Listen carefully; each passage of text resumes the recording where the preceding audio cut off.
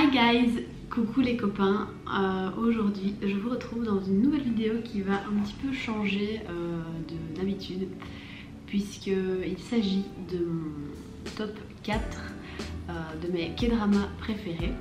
Alors je sais que c'est le genre de vidéo un petit peu à double tranchant sur ma chaîne parce que je sais que beaucoup de personnes dans mes abonnés adorent tout ce qui est culture coréenne, la K-pop, les K-dramas, etc. Mais je sais également que beaucoup de personnes ne sont pas intéressées par ce genre de sujet et de contenu. Donc j'espère malgré tout que ça vous plaira et que ça vous donnera envie de regarder des K-dramas pour ceux qui n'en ont jamais vu, ou de regarder ceux que je vais vous présenter si vous ne les connaissez pas tout simplement. Alors, pour vous contextualiser un petit peu, moi les K-dramas, j'ai commencé à en regarder au tout début de l'année 2021, à savoir que tout ce qui est culture K-pop, K-drama, etc. c'est nouveau pour moi. J'ai commencé à m'y intéresser vraiment en septembre 2020, donc ça fait vraiment pas longtemps, ça fait un an tout pile. Et j'ai commencé du coup à regarder des K-dramas avec True Beauty. Ça a été le tout premier K-drama que j'ai regardé et ça a été un gros coup de cœur. Vous verrez ça de toute façon dans mon top 4, à savoir qu'ici je vais vous présenter vraiment les 4 que j'ai préférés. J'en ai regardé d'autres que ceux que je vais vous présenter aujourd'hui, mais c'est pas forcément des coups de cœur. Et à savoir également que j'ai pas encore regardé beaucoup de K-dramas. Les K-dramas que j'ai regardés, j'ai encore de la place sur mes deux mains pour les compter, j'en ai même pas encore regardé 10. Et donc du coup, voilà, j'espère que ça vous plaira et que ça vous donnera envie de regarder ceux que je vais vous présenter aujourd'hui. Donc on commence tout de suite. J'ai fait une petite liste sur mon téléphone, on va voir tout de suite. On va commencer par le 4e K-drama, celui qui est à la dernière place, mais s'il est dans le top 4, c'est quand même que c'est un de mes préférés. Donc pour commencer le top 4, on va commencer avec un drama qui s'appelle Live On. Donc il s'agit d'un drama de 8 épisodes. Donc habituellement les K-dramas, il faut savoir que c'est généralement constitué de 16 épisodes, des épisodes qui durent plus d'1 heure, donc c'est assez long comme série, comme saison, et souvent il n'y a qu'une saison. Ici c'est un drama qui dure pendant 8 épisodes, donc c'est relativement court. Et du coup je pense que quand on a un peu la gueule de bois, on va dire, d'un drama qu'on a vraiment adoré et qu'on n'a pas forcément envie de se replonger dans un long drama après, je pense que c'est le genre de drama qui peut faire un peu la transition entre deux justement. Donc c'est assez léger et assez court, donc ça c'est vachement cool et peut-être que c'est pas mal aussi pour se lancer. Donc dans ce drama on va suivre Bakoreng. J'espère que je vais pas avoir un accent trop nul coréen du coup. Et Bakoreng c'est un peu la fille populaire du lycée, mais qui est assez froide et condescendante. Elle a beaucoup de personnes qui la suivent sur les réseaux sociaux, etc. Elle a pas d'amis, enfin pas beaucoup d'amis, et elle est très suivie sur les réseaux sociaux. De ce que je me rappelle dans ce drama là, c'est que elle a switché de lycée et que dans son ancien lycée elle se faisait harceler, ou elle se faisait harceler en tout cas avant l'histoire. Et on va la suivre donc dans ce lycée. Et un jour, elle va recevoir des messages anonymes qui vont être diffusés à la radio de l'école. Une personne qui connaît un petit peu ses secrets, etc. Et donc du coup, elle va vouloir rentrer dans l'équipe radio de l'école pour pouvoir démasquer la personne qui la menace justement. Et elle va se lier d'amitié avec le président de cette équipe radio là, qui est complètement à l'opposé de son caractère, qui s'appelle donc Goon-taek. Et fatalement, je vais pas vous faire un dessin, ils vont tomber amoureux. Et, petit à petit, elle va commencer à s'ouvrir aux gens et aux personnes, et on va suivre du coup un espèce de noyau, un groupe d'amis. Et je trouve que même si le drama se passe en 8 épisodes, on s'attache mais vraiment beaucoup aux personnages, et ça je trouve que c'est incroyable en 8 épisodes de s'attacher autant. Et donc voilà, je tease un petit peu, je vais pas vous raconter la suite parce que ça doit être qu'un synopsis, sinon je vais vous spoiler du coup. Mais moi j'ai beaucoup aimé ce drama là. J'espère qu'il n'y aura pas trop de bruit dans cette vidéo parce que j'habite au-dessus d'un bar et à côté d'un bar, donc c'est un petit peu compliqué d'avoir le calme absolu. Donc j'espère vraiment que ça va pas trop vous déranger et que ce sera pas trop noisy.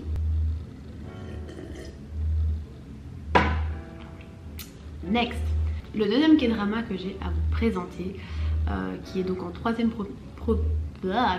en troisième position, je vais y arriver, c'est le drama Imitation. Donc c'est un drama qui parle de l'envers un peu du décor des groupes de K-pop et de ce que vivent les idoles au quotidien en Corée. Bon, je trouve que c'est vraiment cool d'avoir une série justement qui casse un peu les codes, mais c'est quand même, je pense, assez édulcoré. Je crois que ce que vivent les idoles et tout ça en Corée, c'est bien plus trash que ça. Mais là, je trouve que c'est déjà sympa d'avoir une série qui aborde justement ce sujet-là. Donc, dans Imitation, on va suivre plusieurs groupes de K-pop.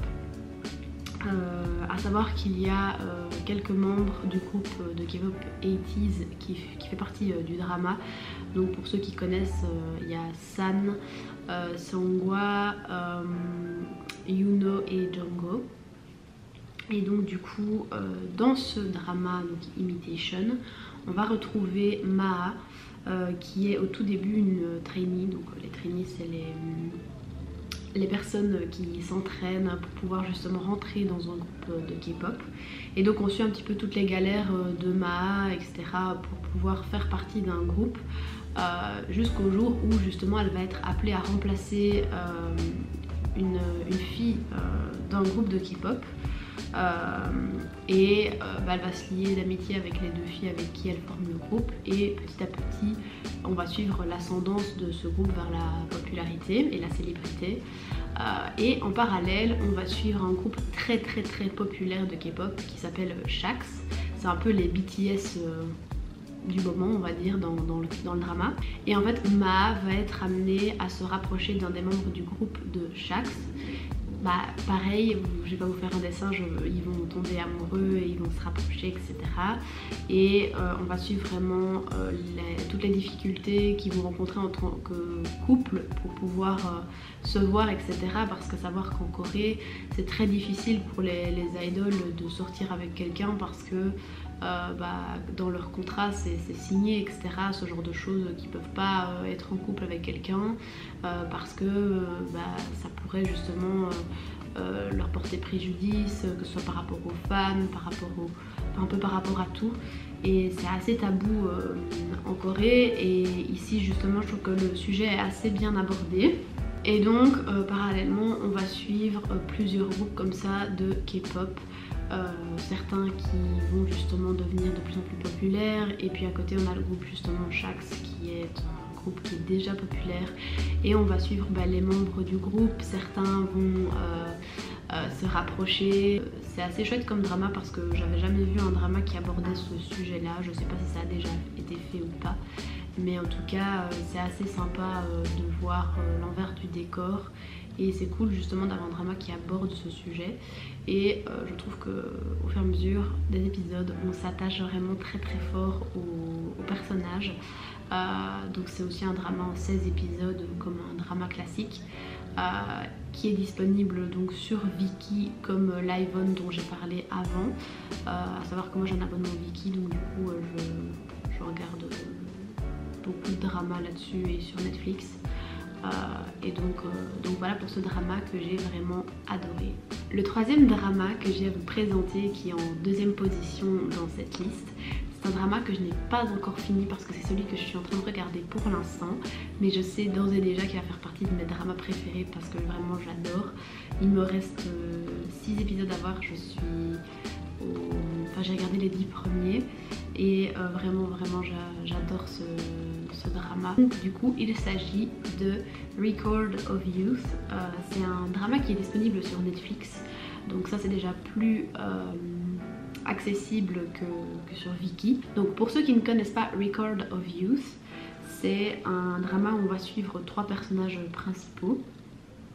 Donc on va suivre Yejune qui est un jeune homme qui veut devenir acteur, et donc il vient d'une famille assez modeste et il enchaîne les petits boulots pour pouvoir gagner sa vie, et en parallèle il fait du mannequinat et il espère percer un jour dans les films, etc. Il veut devenir acteur. Et à côté en fait on suit son meilleur ami Eyo qui justement lui est assez connu, assez célèbre, il joue dans des petites séries, dans des films, etc. Et donc du coup il y a une rivalité entre les deux amis, même s'ils sont justement amis. La troisième personne qu'on suit c'est Jonga, donc c'est une jeune femme qui est maquilleuse professionnelle, qui travaille dans un salon de make-up. Donc Jonga est fan de Yejune, même si Yejune à ce moment-là n'est pas encore très connue. Et au tout début du drama, Jonga va être amenée à rencontrer Yejune et Eyo. Et elle va se rapprocher de Yejune et ils vont se mettre rapidement ensemble, mais à côté Eyo va commencer à développer des sentiments pour Jonga, donc ça forme une espèce de petit triangle amoureux, sauf que Jonga est attiré par Yejune et pas par Eyo. Et petit à petit on va voir aussi, on va assister à l'ascendance vers le succès de Yejune. Pour le moment je ne suis que à l'épisode, enfin je suis à l'épisode 10, donc j'ai pas vu les derniers épisodes où justement tout est censé un petit peu partir en cacahuète. Donc j'espère vraiment que ça va bien se terminer parce que je me suis trop attachée au personnage. Je trouve ça vraiment... je trouve que les personnages sont tous adorables. En plus on suit justement deux familles qui sont très différentes. On suit la famille Yejune qui est modeste, qui soutient pas forcément Yejune parce qu'il pense qu'il percera jamais, et du coup ils essayent un peu de lui faire voir les choses de manière réaliste pour pas qu'il soit déçu. Et à côté de ça on a la famille de Eyo qui justement est à fond derrière lui, ils font tout à sa place et ils sont hyper riches, etc. Et donc du coup c'est un peu deux salles, deux ambiances quoi. Et c'est vraiment un drama que j'adore. J'ai déjà peur de le finir parce que je sais pas trop ce que je vais regarder après, mais en tout cas c'est vraiment un drama qui mérite d'être vu. Et j'adore vraiment. En plus l'acteur qui joue Yejune, il est vraiment très beau. Et du coup je pense que tout le monde, pour ceux qui me connaissent en tout cas, sait de quel drama je vais parler en première position, mais il s'agit donc de True Beauty. J'ai vraiment adoré ce drama. En fait c'est peut-être parce que c'est le premier que j'ai regardé, mais je sais qu'une fois que je l'ai vu j'ai eu du mal vraiment à retomber sur un drama où j'avais un énorme coup de cœur. Là je suis un peu en train d'avoir ça justement avec Record of Youth, donc ça me rassure. Mais là avec True Beauty j'ai vraiment eu un énorme coup de cœur et ça a été très difficile de m'attacher autant à un autre drama. Donc pour ceux qui ne connaissent pas True Beauty, même si je doute quand même, pour ceux qui connaissent les K-dramas, je pense que ça doit quand même être un drama très connu. Et donc dans ce drama on va beaucoup parler de harcèlement, à savoir que c'est un thème qui est beaucoup abordé dans les K-dramas, surtout en ce moment. Je pense que c'est malheureusement un sujet qui est un peu trop présent en Corée au vu de leurs standards de beauté qui sont très... la peau très blanche, nickel, le maquillage un peu que tout le monde a, très à la mode, un corps hyper fin. Et donc du coup si tu remplis pas ces standards de beauté, directement tu es charrié, même plus que charrié je pense. Et ici on va beaucoup parler justement de ces standards de beauté. Et du coup dans ce drama on va suivre Im Ju-young, qui est une jeune fille qui se fait harceler à son lycée parce qu'elle a de l'acné sur le visage. donc elle se fait harceler par un groupe de filles.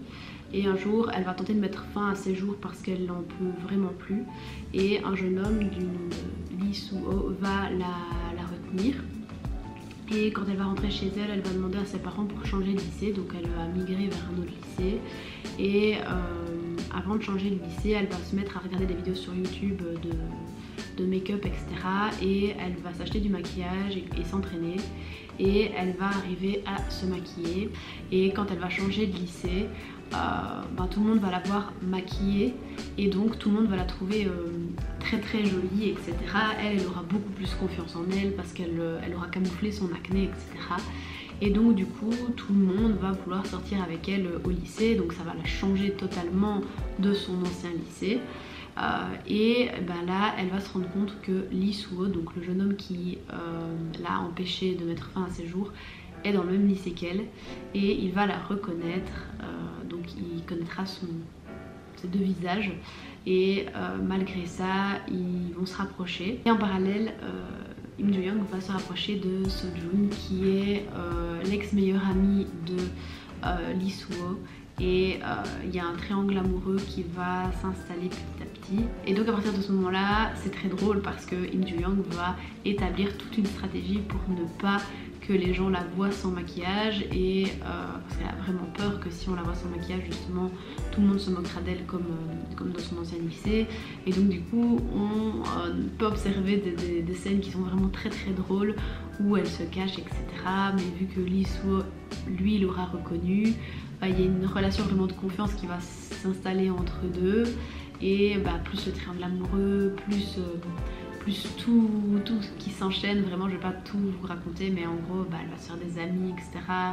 Et c'est vraiment très touchant comme histoire. Les personnages sont très attachants et j'ai vraiment adoré ce drama. Ça m'a tellement touchée. En fait c'est la particularité je trouve de ce drama, c'est qu'il peut te faire justement passer d'une émotion à une autre, mais rien à voir quoi. Tu peux très bien être en train de chialer ta grosse race pour que 2 minutes après tu sois en train de te marrer, mais comme jamais. Et moi c'est ce qui m'a vraiment étonnée justement dans ce drama là, c'est que je passais vraiment par des moments de fou rire, mais vraiment juste pas sourire quoi, fou rire. Et par des moments où je pleurais, où j'avais l'impression que j'étais à la place d'un des personnages. Et vraiment il m'a tellement touchée. Et je crois que j'ai regardé le drama en même pas une semaine, alors qu'il y a 16 épisodes et de plus d'1 heure. Et vraiment je pense qu'un jour je pense que d'ici la fin de l'année je le regarderai parce que j'ai vraiment adoré. En plus je sais pas, je trouve que ce drama là ils ont vraiment tendance à bien teaser et à mettre des fins d'épisodes qui te donnent d'office encore plus envie de regarder la suite. Enfin, franchement là si je vous ai pas vendu le drama,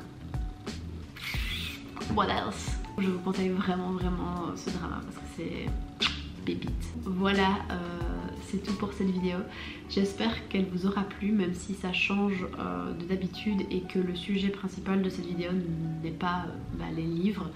En même temps pour le moment je ne peux pas trop vous présenter de contenu sur les livres et la lecture parce que je viens seulement de me remettre à la lecture. Je suis en train de lire The Invisible Life of Eddie LaRue. Donc voilà. N'hésitez pas à me dire si vous avez du contenu, des sujets, des thèmes que je pourrais aborder et que vous aimeriez justement que j'aborde, parce que je suis un peu à sec en fait, je sais pas trop ce qui vous plaît et j'aimerais vous proposer du contenu qui me plaît et qui vous plaise à vous aussi. Donc vraiment n'hésitez pas à me dire ça en commentaire parce que moi j'ai vraiment envie de faire de vidéos qui vous plaisent tout simplement. Voilà, donc n'hésitez pas à me dire tout ça en commentaire ou à me DM sur Insta. Enfin, voilà, et je suis vraiment désolée pour le bruit, mais c'est tout pour cette vidéo. N'hésitez pas à mettre un petit like si la vidéo vous a plu et à vous abonner si ce n'est pas encore fait. D'ici là, je vous souhaite de belles lectures et je vous dis à la prochaine dans une nouvelle vidéo. Bye.